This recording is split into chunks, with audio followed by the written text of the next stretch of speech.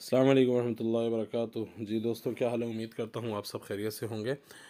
ختم نبوت سیریز کو لے کر ہم جو ہے لے کے چل رہے تھے، اس کی ایپیسوڈز ہم نے رکھی ہوئی تھی، اور جو ہے ہم ایپیسوڈ وائز ہم چل رہے تھے، لیکن یہ سلسلہ تھوڑا سا موقوف کرنا پڑا سوشل میڈیا کے حوالے سے کہ ہم جب کام کر رہے ہیں ختم نبوت کے حوالے سے، تو سوشل میڈیا میں ہماری آئی ڈی بلاک کر دی جاتی ہے اگر ہم کوئی پوسٹ کرتے ہیں یا سلسلے وار اس کام کو لے کے چل رہے تھے۔ تو پھر ہم نے یہی طے کیا کہ جو ہے وقتاً فوقتاً اس سلسلے کو لے کے چلتے ہیں تاکہ معاملات صحیح چلتے رہیں، اللہ کرے۔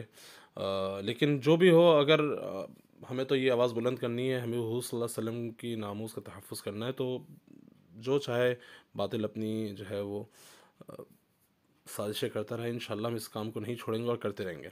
اچھا، عرض یہ ہے کہ مولا علی قاری رحمۃ اللہ علیہ کی کتاب ہے شرح فقہ اکبر، اس کے اندر حضرت فرماتے ہیں صفحہ 202 میں کہ ہمارے نبی پاک صلی اللہ تعالیٰ علیہ وسلم کے بعد نبوت کا دعویٰ کرنا بالاجماع کفر ہے۔ حضور نبی کریم صلی اللہ تعالیٰ علیہ وسلم کے بعد نبوت کا دعویٰ کرنا بالاجماع کفر ہے، اور یہ عبارت آئینہ قادیانیت میں بھی مذکور ہے، صفحہ نمبر 15 میں۔